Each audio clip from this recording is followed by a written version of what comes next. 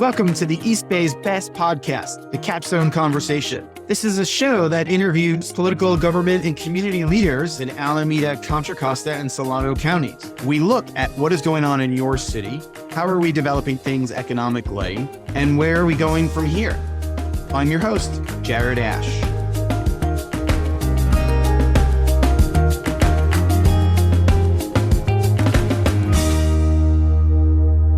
Hey, I'm Jared Ash, the host of the Capstone Conversation. Today, we are going to hear from a nonprofit that is doing some great work in our communities. And I'm just going to lead in right with that because I think you should really hear the story. So I am joined by Christopher Whitmore of Richmond Promise. And Chris, first tell us a little bit about your background and how you came to Richmond Promise. And then tell us, what is the Richmond Promise? Absolutely. First off, thank you for inviting me on the podcast. Really great to be here and have this conversation. So I was raised here in the city of Richmond. I still live in Richmond. And growing up here in our community, like so many other young people, I wanted to enter into a career pathway and build an adult life in which I could support the Richmond community and try to make this city, this community, the kind of place that I always envisioned it to be, which is a place where everyone can thrive, everyone can feel welcome here in Richmond, feel like they have opportunities from the city, from the community to be who they want to be, to contribute to this space and to make the city better for everyone. And so with that really broad general goal in mind, I decided at a very young age, elementary school age, that I wanted to be a public official when I grew up. I wanted to work specifically in the mayor's office of the city of Richmond when I grew up. And my godmother, Irma Anderson, was mayor when I was in elementary school. She was the first African-American woman elected mayor of the city of Richmond. I grew up with folks like John Joya, who's our county supervisor and has been our representative for several years on the Contra Costa County Board of Supervisors, and several other folks who really inspired me to want to build out a career in public service. And so with that in mind, I went off to college. I went out of state to Webster University in St. Louis, Missouri. I studied political science with an emphasis in public law. After graduating from Webster in 2014, I moved to Washington, D.C., where I was accepted into a congressional fellowship. And through that fellowship, I worked in the office of then U.S. Senator Bill Nelson's office of Florida. I moved back to Richmond in December 2014 and got my first full-time job working for Congressman Mark DeSaulnier, who at the time was the newly elected representative for California's 11th congressional district. I had the privilege of working as an outreach coordinator in his Richmond office, which is actually just down the hall from where my current office is today. A year later, 2016, I got to accomplish that childhood goal of mine of working in the mayor's office. I worked for Mayor Tom Butt, starting off initially as his director of community engagement, later promoted to be his director of policy and strategy. After about 2 years in that office, I went over to the city and county of San Francisco, where I went to the San Francisco Public Utilities Commission and worked on their policy and government affairs team. And for about a year and a half, I wrote, along with my supervisor, all of the water, power, and wastewater legislation for the San Francisco Board of Supervisors. And I'll speed up this story. So about a year and a half later, I came back here to the city of Richmond and served as Tom Butt's chief of staff for exactly 2 years. And 2 years ago, October 4th, 2021, I started as Richmond Promise's second executive director. And it's been a great journey over the last 2 years. And I was really inspired to make the transition from the mayor's office to Richmond Promise. Just thinking back on my experience growing up in Richmond, having a goal to go to college at a young age for the sake and purpose of really accomplishing my career goals, and just being reminded constantly that there are so many other young people in Richmond who have educational and career goals for themselves. And those young people also deserve to have really strong support systems in our community to help them go off and do the things that they want to do. And I came over to Richmond Promise to strengthen that support system for our entire community. That's great. And I didn't know about the Bill Nelson part, the senator from Florida. I also used to work for Senator Bill Nelson. Oh, no way. Back in 2000, when he ran for the Senate, he was previously a congressman and was running as insurance commissioner. And I helped his campaign get started. And then I became the greater Orlando area field director for him and the Democratic Party, and was friends with his son and daughter at the same time. And it was a great experience and a great guy. And I'm glad to see that he is the head of NASA, our space agency right now, because every time you meet him, he will tell you a story. When he was in Congress, he went up into space and had that privilege. I want to share two quick stories there. I'll be really fast. Yeah. I want to say there's nothing like being a Californian and receiving calls from constituents about alligators in their front yard or backyard. That was a really new experience for me. And funny enough, despite working for a relatively short time for Senator Nelson, I've never been to Florida. And so just having to understand those specific issues from DC was a very interesting experience.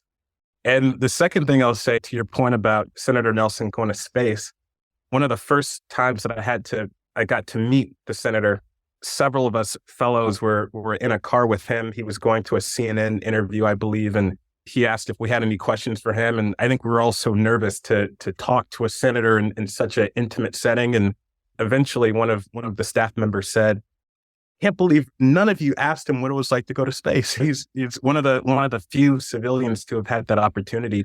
And you can tell just how passionate he is about space exploration and NASA, and just very fitting that he's in the position that he's in, but really small world that we both worked for. Yeah. Well, we can have the whole Florida, California argument. I live here now. I've chosen to move from Florida to California. But I certainly debate with my wife that, yes, Disneyland is the original, but Disney World has so much more to offer. That's probably that and the fact that Florida has no income tax as a state are probably the two big bonuses of Florida. But other than that, California, in my mind, far superior. Yeah. So that was an aside. So tell us about, what is the Richmond Promise and what are your goals with the organization in the community? Absolutely. So Richmond Promise is a post-secondary access and success initiative that launched here in Richmond in 2016. And Richmond Promise is actually an initiative of the Richmond City Council. So our city leaders created Richmond Promise and created our organization using $35 million in seed funding that has been on a pay schedule here at Richmond Promise over the course of 9 years. And so our seed funding that the city council secured for us actually sunsets next year. But as a post-secondary access and success initiative, our goals are to help young people in Richmond access higher education pathways and educate young people about what higher education pathways exist for them to access. We support students with a scholarship that is applicable for up to 6 years of their undergraduate experience. And our scholars, and that's a scholarship of $1,500 per year, again, for up to 6 years of a student's undergraduate education. And our scholars can use that scholarship at any not-for-profit and accredited 2-year college, 4-year college or university or career technical education program throughout the United States. Now, I'll talk about that a little bit more. So that's higher education access and scholarship support. When our students are in college or are in a career technical education program, we also support them with scholar success programming. And this is wraparound support to ensure that students not only get accepted into a degree program or into a career technical education program, but they're also supported to ensure that they earn their degrees, earn their certifications. And then after they've reached that milestone, and this is a growing portion of our organization, we are building out our career access and success programming to ensure, again, that young people not only go to college, but they can come back home to Richmond, they can come back home to the Bay Area, or wherever in the world they choose to be and have support in pursuit of their career ambitions and career goals. So since 2016, our organization has supported more than 3,300 Richmond youth. And on average, we serve a little more than 1,300 youth per year who are scholars in our program. So that's a quick snapshot of what we do. Yeah. So one thing I caught, Chris, is that you got $1,500 per year for up to 6 years for students. So let's say the average person finishes in 4 to 5. That's $6,000, maybe $7,500 per student. But at East Bay, Cal State East Bay, as an example, tuition is $7,000 a semester for an in-state student, not including room and board. 1,500 is a drop in a bucket. UC Berkeley is $14,000 a semester for tuition, right? How does the 1,500 helps, but how does it get them over the hump to pay for school? Absolutely. So one of the requirements of our scholarship, and I can talk through all of them real briefly, but one of the requirements of our scholarship is that our applicants complete FAFSA or California Dream Act application. So you have to complete a financial aid application to be eligible for our scholarship. I'll quickly list the others and then go back to your question. So to be eligible for a scholarship, you have to be a resident of Richmond or unincorporated North Richmond. You have to attend high school within the West Contra Costa Unified School District boundary area from 9th to 12th grade consecutively.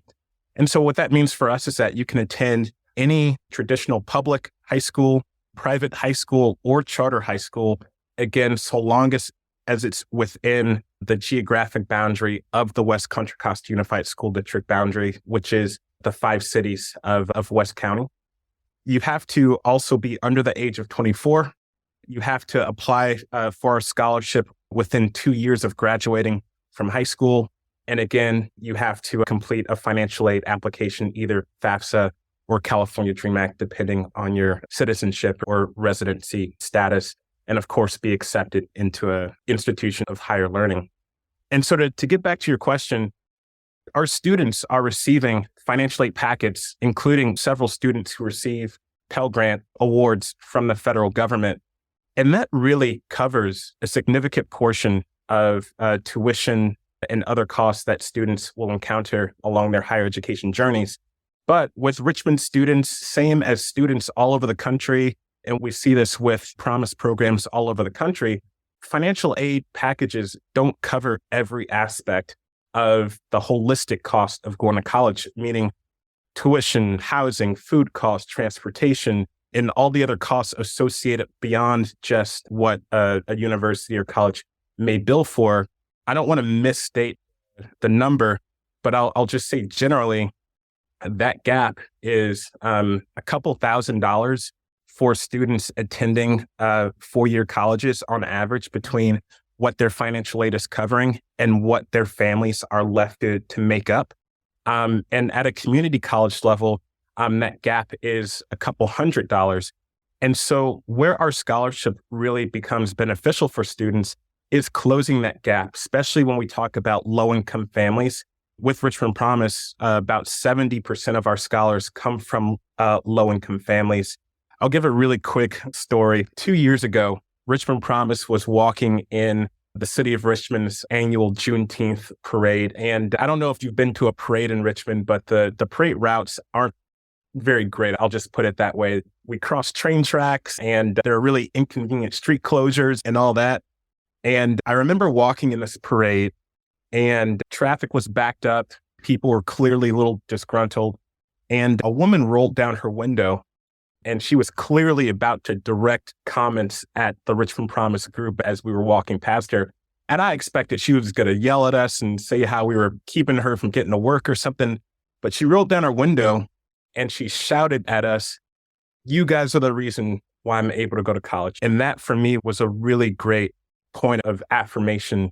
Hopefully that gets to your question a little bit.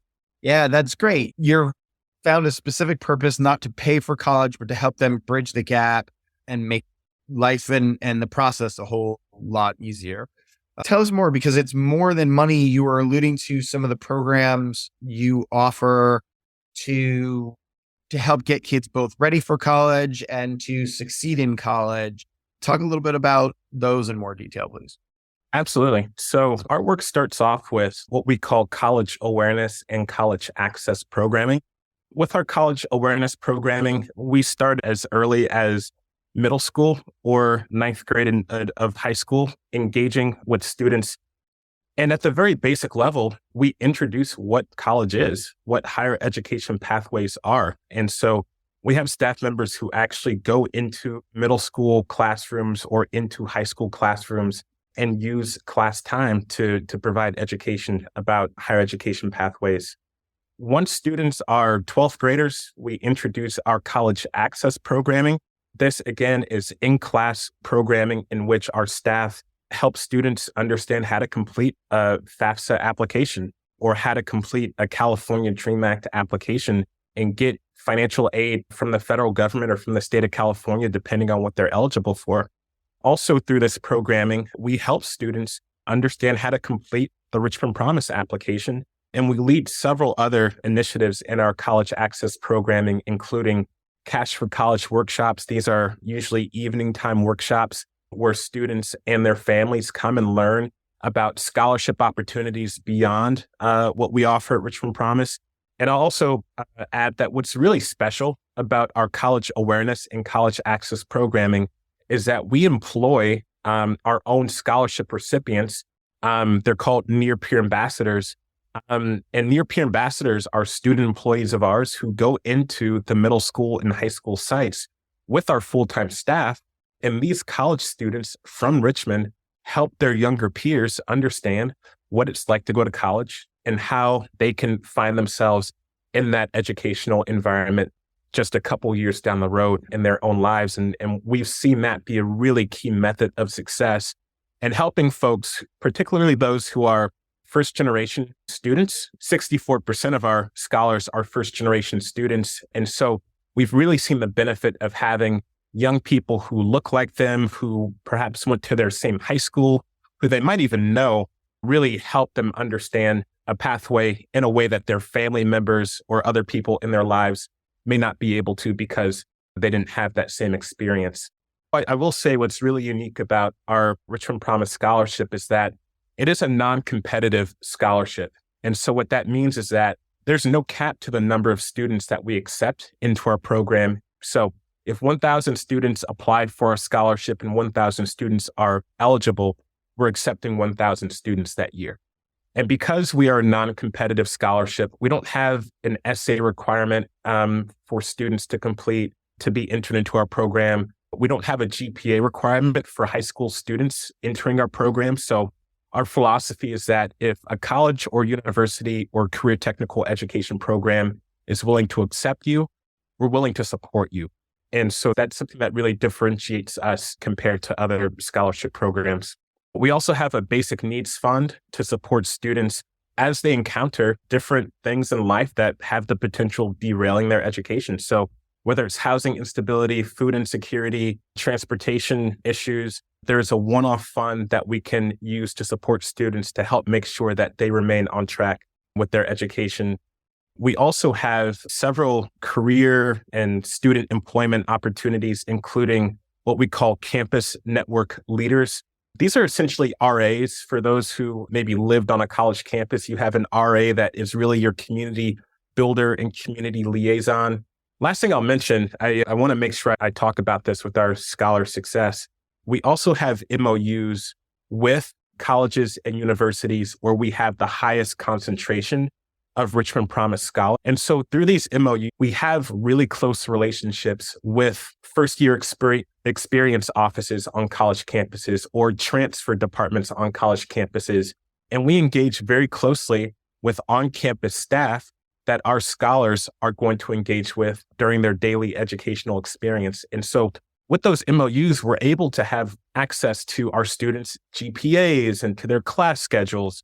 We're able to understand what kind of interventions our students need based on how they're thriving or perhaps struggling in their education. And for our students, this gives them an opportunity to either come to an on-campus staff member to receive support or come to Richmond Promise and receive support and know that we are talking to one another in an effort to support that student in whatever need they have. So what are most of the colleges that people are going to? Yeah, I'll try to name off the top 10, and they're all local. So Contra Costa College, UC Berkeley, Berkeley City College, Sacramento State University, San Jose State University. What am I missing? You don't have to get to 10. I don't know if I mentioned UC Berkeley, but our top 10 are within the Northern California region. UC and UC Davis, I think, are on this list certainly, and probably round out that list. But we have a really wide range of colleges and universities that our scholars attend. Since 2016, Richmond Promise scholars have attended more than 220 colleges and universities around the country. And again, our scholarship allows them to use their scholarship funding at any not-for-profit and accredited institution throughout the United States. And so we see scholars in Alaska, in Hawaii, really any corner of the United States that you can think of. There is a student from Richmond in our program pursuing their education there. So it's really cool to see where they're going and what they're studying. That's great. And I love how you talked about the mentorship program. There's some days, even though I'm in the middle of my career, that I wish I had a mentor to ask questions to. We all do something silly. So talk about long-term funding. You had that initial chunk of change from the city, it sounds like, in a program there. How are you raising money? How are you funding this program? Yeah, we're really prioritizing diversifying our funding portfolio. So as you can imagine, with $35 million in seed funding, that has been the bulk of our funding.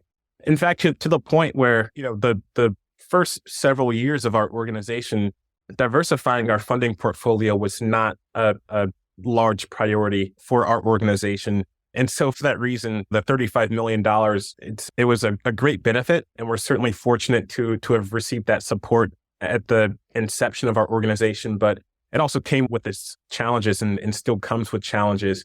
And so for the next several years, again, we want to prioritize diversifying our portfolio. And that includes including more individual donors to our work, building out relationships with corporate donors and getting more corporate support, and also really deepening our engagement and relationships within the philanthropic community, working with family foundations, other large foundations that have an interest in either higher education access and success work or career access and success work. We're really focused over the next several years, again, to build out our career development programming with Richmond Promise. And so the corporate giving component is really exciting because we want to prepare our young people for career opportunities here in the Bay Area and in Richmond specifically. And we want businesses to be able to see the value in getting local youth who are earning their degrees and who want to be here in this community. They want to contribute to these communities in Richmond and the Bay Area. And also with the companies and employers that have a really high stake in the success of our cities and of our region as a whole. And so we really think that there's really a two-way investment for our program and for our students to connect with the business community. And we also believe there's a really great investment opportunity for businesses to advance their DEI goals or advance their local hire goals by working with an organization like ours. So we really want to expand our relationships and our portfolio of corporate donors. Great. And you've shared some numbers along the way, but give us some numbers. How many kids have you helped along the way? What's sort of the impact? Tell us some numbers here.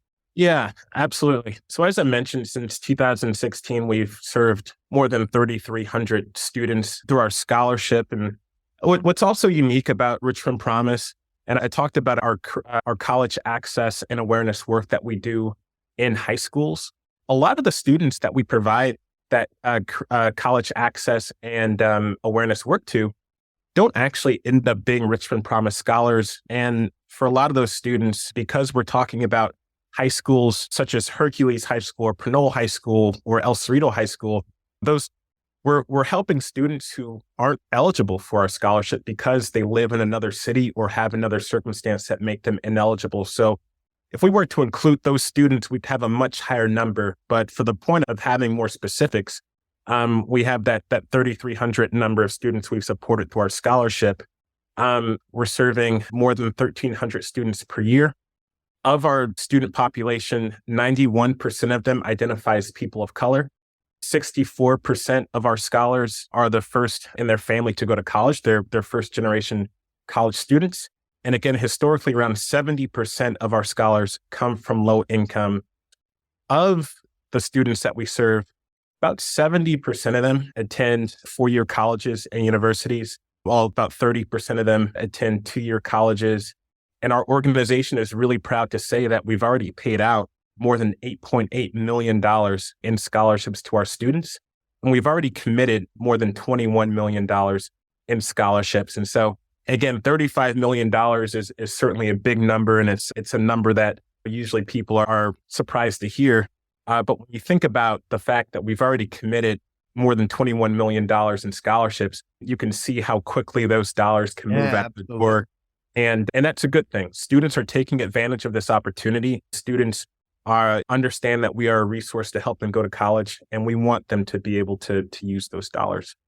So those are. Tell us a little bit about, this is very Richmond focused. Our audience is growing throughout the Tri-County area of the Greater East Bay. How is this meaningful to them? How can they either duplicate this or mirror this to help the students in their communities? Absolutely. So I first want to share why our city leaders decided to create Richmond Promise in the first place, to give context to why other communities might want to think about this. In 2005, Richmond Promise had launched at that point, but our organization was being formulated. In 2015, Richmond's household median income was a little more than $54,000 per year. And that same year, only about 25% of Richmond residents over the age of 25 had earned a bachelor's degree or higher. When you look at the percentage of Richmond residents over the age of 25 at that time who had just earned a bachelor's degree, not a master's or anything above that, that was only 16% of our city's population.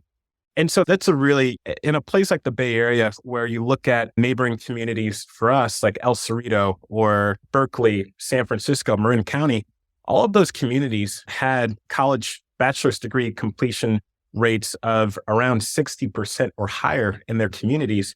And Richmond, at $54,000 per year household median income, I believe at that time we were the second lowest income city in the entire Bay Area, only second to the city of San Pablo, which of course is completely surrounded by the city of Richmond. And so for us, for all intents and purposes, we were the lowest income community in the Bay Area, with what we assume to be one of the lowest college degree completion rates in the Bay Area. And for our leaders, that was not a recipe for success for a thriving community that can compete with a really robust region where there are companies here that we want to attract to our community. There are jobs that we want our residents to be able to obtain to advance economic mobility and advance our community's profile. And so our city decided to make a long-term investment in higher education access and success for existing families, for young people in our community, so that they can have an opportunity to experience economic mobility. And so the city as a whole could have an opportunity to really boost the quality of life for all of our residents through that individual and collective success in education and workforce. And I think there are a lot of other communities in the Bay Area that would like to see that level of investment as well. And what's great about the Bay Area is that there are several other communities that have already made the kind of investment that Richmond has made. Oakland has the Oakland Promise, which was created the same year as Richmond Promise. I was just in Hayward yesterday for a regional convening with a group that Richmond Promise helped create, which is called the Northern California College Promise Coalition. This is a Northern California coalition of more than 60 stakeholders that include college promise organizations like Richmond Promise, elected officials, colleges and universities, and also businesses and individuals in the philanthropic community who have collectively come together to say that in order for young people in Richmond to thrive, in order for young people in Hayward and Oakland to thrive, our entire region has to invest in higher education access and success. This is something that we all have to invest in order for any of our communities to see long-term success. And we had a really fantastic convening just yesterday called the Mayor's Circle, hosted by Hayward Mayor Mark Salinas and NCCPC, in which we made a case for mayors, public officials, elected officials in communities where Promise programs do not currently exist to communicate what the impact has been in communities like Richmond and other communities where the investment has already been made. In the United States right now, there are more than 400 college Promise programs. And what we see all over the country is that there are different models to build out this resource for students, whether it's a local government like Richmond decided to do to create the Promise program itself, to stand it up as a 501c3, which we are. We were quickly converted to a 501c3 after the city created our organization. And of course, the city gave us our start with funding.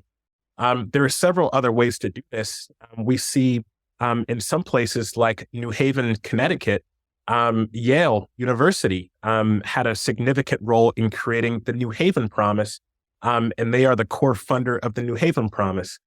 With Oakland Promise, similar to Richmond, Mayor Libby Schaaf, she created Oakland Promise out of the mayor's office, stood it up as a 501c3, and did a lot of fundraising, taking advantage of the Bay Area's business community and the philanthropic community to fund Oakland Promise. They just had a really exciting $50 million investment, Generation Thrive, to support Oakland Promise. And I'll also add there that they're also benefiting now from Measure AA funding, and they're set to receive $11 million through that public initiative to support Oakland Promise. I believe the newest program in the Bay Area is actually San Pablo's scholarship. They used some of their ARPA funding that they received during the COVID era from the federal government to create a 3-year pilot for a scholarship in San Pablo. And that just launched this summer. And so they supported, I believe, this year, 75 students from San Pablo with a $1,000 scholarship. And after that 3-year pilot is up, I know they're going to consider, depending on the success of that initiative, more long-term ways to support their scholarship. And so throughout the Bay Area, throughout the country, we're seeing different entities support higher education access and success through Promise programs.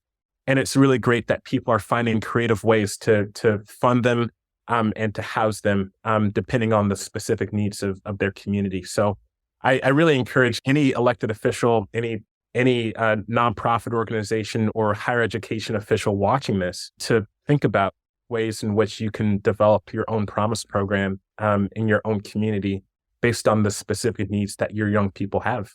That's great. That was a great answer to that question and really shows how comprehensive the effort is throughout the whole region and how important it is. So tell us, how do people learn more about the Richmond Promise and the work you're doing? Absolutely. You can visit our website, richmondpromise.org. You can read all about what we're doing there. We just released a couple of months ago our annual report for the year 2022. So next year, 24, we'll publish our annual report for 2023. So you can access it online and read about all the work that we did last year. And you can contact me. I'm happy to read out my email. If folks want to contact me, it's C. Whitmore, WHITMORE at richmondpromise.org. I'm always happy to connect with individuals who want to learn about Richmond Promise's work and learn about Promise programs in general. So please feel free to contact me. Great. Thank you for being here. Chris Whitmore from the Richmond Promise. Please hit subscribe today so you get the weekly updates of when we release the next episode. And I'd like to thank our sponsors, Capstone Government Affairs and Economic Development, a firm where I serve as managing partner. For more information, check us out at www.capstonegov.com and follow us on LinkedIn by typing in Capstone Government. check out the show notes. And for a full transcript, visit our website, www.capstonegov.com, and follow us on LinkedIn by typing in Capstone Government, or you can find me, your host, Jared Ash.